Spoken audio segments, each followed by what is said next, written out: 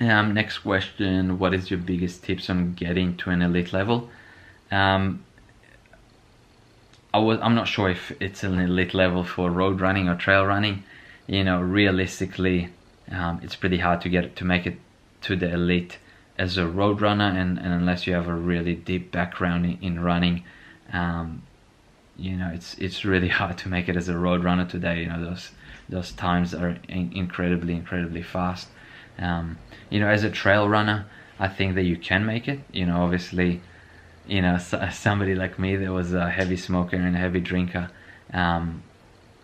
made it a little bit to the elite level in many ways, without having a massive amount of running under my belt before the age of 25. I'll probably be thinking, to be honest with you, kind of doing what I did, which was tackle Asia first. I think that you get a pretty high return for your wins, if that makes sense. So if you win, for example, a race in Perth, the awareness you're going to get from that race is very low. So the amount of people are going to know it, the media, or Facebook shares and so on, might be like, let's say the reach could be 500 people, which is pretty good today. When I left Perth in 2014, when there was only 2 or 3 trail races, nobody would know if you did well in a race. Where I went to Hong Kong, and I win a race, the range of customers the range of people that saw that was 30-40 times higher. So that kind of led to more coaching opportunities, sponsorship opportunities, and once you have those kind of things, it's a little bit easier to kind of keep on rolling. So as an elite trail runner in Australia, it's a lot easier now than what it was obviously 4 years ago when I left. But I would think about doing some races overseas, in Asia, to kind of get your name up. If you are good enough, I would go to Europe straight away, because when you do well in one of those big races, you'll kind of, they'll be big. Maybe I understood your question wrong, but if you are kind of making it to the elite level, if you want to be a good runner, if that was kind of the point of view of that kind of way you were thinking about that question, it's just a lot of commitment, it's a lot of sacrifice. It's you asking yourself, what is more important? When I started running, this is even back in Perth, I kind of literally just quit my studies and I stopped, and I was working as a waiter in the East Fremantle Yacht Club from about 6 o'clock at night till midnight, 6 days a week, and then I'll be training in the morning. So I'd spend hours and hours running. Back then I was pretty crazy. I was doing 20 or 30k runs every single day, 2 or 3 hours in the gym every single day. So I was really kind of hungry, I was fresh, I was really committed to my goal, and I was willing to sacrifice a lot. So that meant I would have lost a lot of friends, I wouldn't be able to spend money on the same things that I would before. So the sacrifice was just higher. And it's anything in life, the more you're going to sacrifice, the more you're going to get out of it. Whatever it is, if it's running, you sacrifice a lot, you will improve, you'll get better. If it's business, if it's work, you know what I mean, the more you're willing to sacrifice, the better you're going to do. And if it is really important for you, you sacrifice whatever needs to be done. For me, if it was 2 or 3 yoga sessions a day, after a hard training session, so I recover for the next day, that was the kind of sacrifice I was going to do. If that meant not sleeping as much, or not seeing my friends, or other things that I'm going to miss out on, I was ready to make that sacrifice to kind of take my running to the next level, because I wanted to give it a real shot, and with an addictive personality, it's pretty easy. Kind of going all in on one thing. That's pretty much what I did. I kind of put all my cards in, and it kind of paid out. I did that in tennis as well when I was 15, and it didn't pay out. I was a full-time junior tennis player in an academy in Melbourne, and it didn't work out. So taking those chances, if you think you can do it, I'll kind of try and push and see how far you can get. Hopefully I answered the kind of question correctly and didn't go off track too much and answered a different question. But if I didn't answer it correctly, or kind of answered what you meant, just let me know and I will kind of give you more information about that. Next question from Gavin. I've been using Vega and good gels for a while now without any water. What is your opinion using energy and mineral gels during long runs and ultra, and what's your conversion recommendation for optimal hydration, sustainable energy? I generally don't worry about hydration energy when running under an hour on the flats, but at what distance you become concerned about what?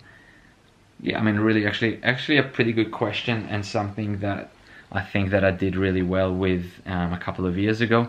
So my first 100k race back in 2014, I had 20 gels during that race.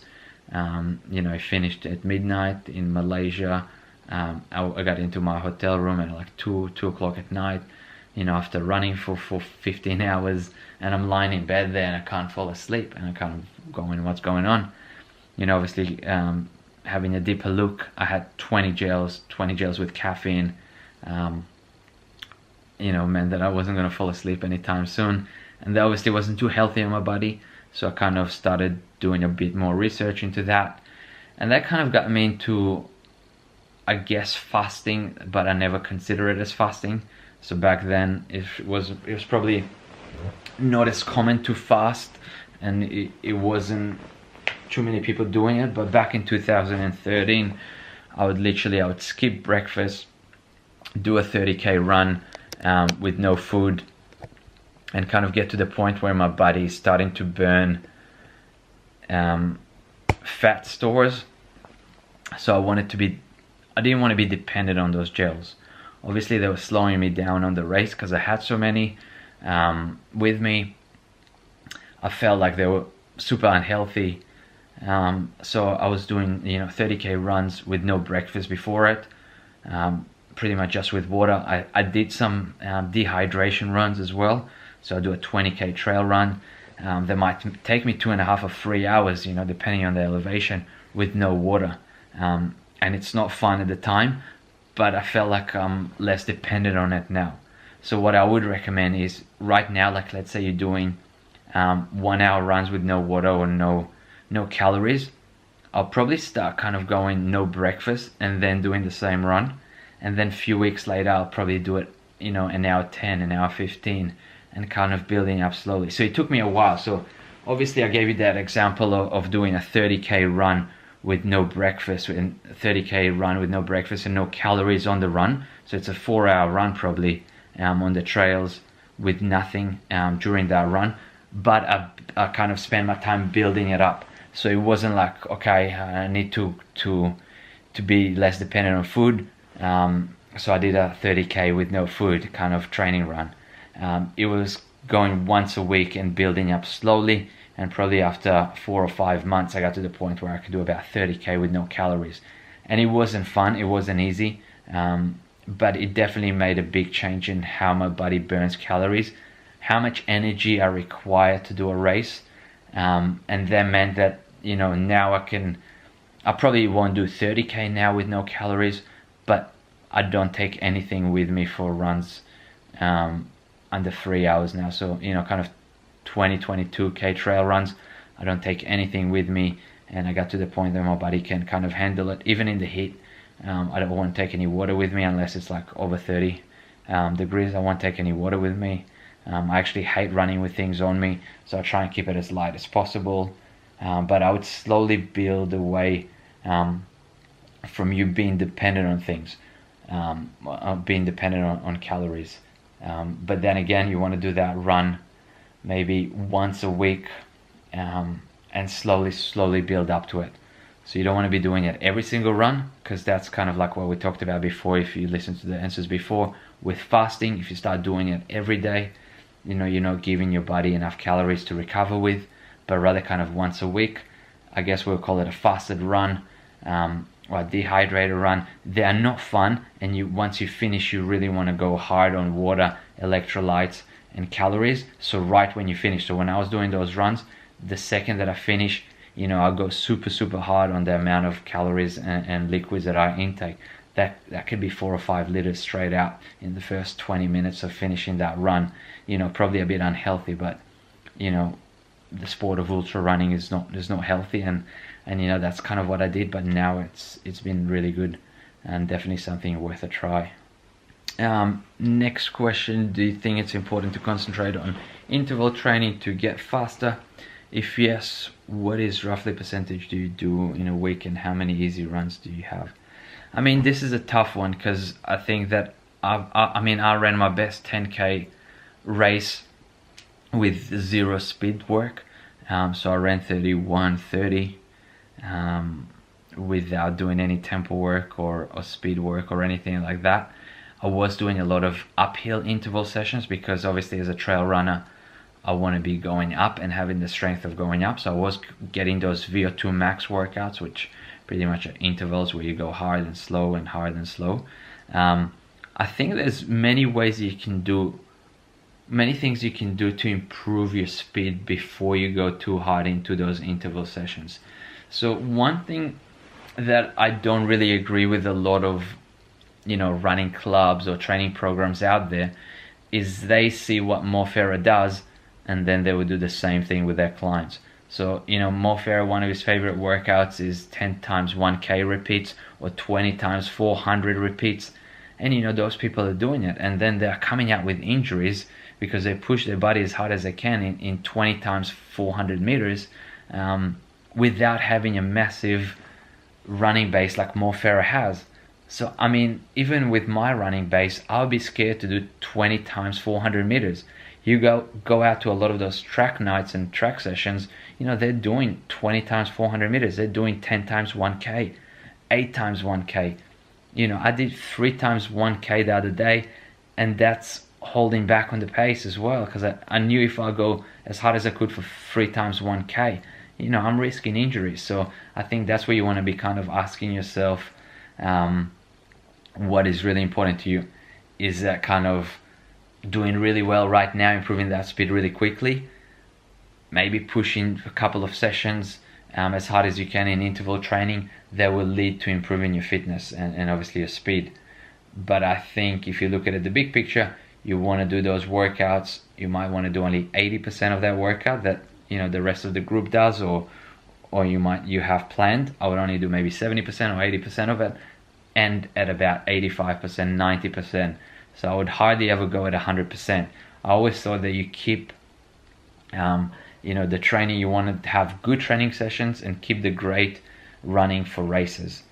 So at races, I would push all out kind of almost, but at training, I want to make sure that I'm, having good sessions, but not going all out. My goals are different. My goals are not to improve my 1k time or 3k time or 5k time. My goals, maybe do well in a 25 or 30k trail race, which obviously requires a lot of other things. But going back to your question, I think that you can improve on many other things before you even get into those interval sessions. You got to remember that when you get into those interval sessions, chances of injury are a lot higher.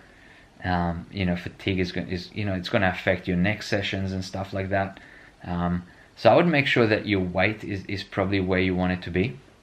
If you have that correctly, then I would make sure that you have some volume in your legs first, and that volume can come from cross training and running at easy pace. So if you ever look at some of my runs on Strava, there's some days where I'm running at 5:30 pace, at 6-minute pace, and my fastest time for a 10k is 3:10 pace. So kind of it gives you the idea of like what a really slow run is and how many slow runs I do. And I do think that hill repeats are a little bit different because they require less muscle damage. So to get to your max heart rate on a flat road, you really have to stretch your muscles, kind of everything is pulling, to really kind of get to your max heart rate. You run uphill, you try and get to your max heart rate, it's going to be a lot quicker with a lot less muscle damage. So you want to be smart there. I think that, you can maybe do some uphill work. That way you're not risking, getting injured as much as what you would do in intervals on kind of a flat road, even if you're training for a flat race. And I would think I would really play around with increasing volume first. So when I ran that 31-minute 10K, I was running about 200K a week. So I had a lot of volume in my legs. Probably 90% of those Ks were really slow running Ks as well. So it was a lot of slow volume. So I would really kind of maybe play with 6 months of trying to increase your volume.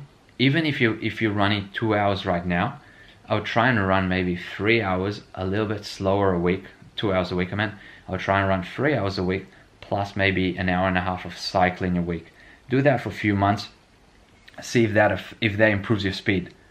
I would think that would be a way of improving your speed. What happens there is you're not risking injuries. So I think the main thing here is eliminating injuries. You can really improve, get injured, go back. That's what most people do: improve, get injured, come back. Kind of that kind of build up. I see that too many times, and talking about it as non-professional runners, I think the main goal is to kind of improve without injuries and not push to 100%. So I would look at other ways of improving your speed before going into really hard out interval sessions. If you are doing interval work, which is good, I would do 60-70% of what you think you should be doing, or maybe what you are told to do, to be honest, just to make sure you're on a safe side with injuries.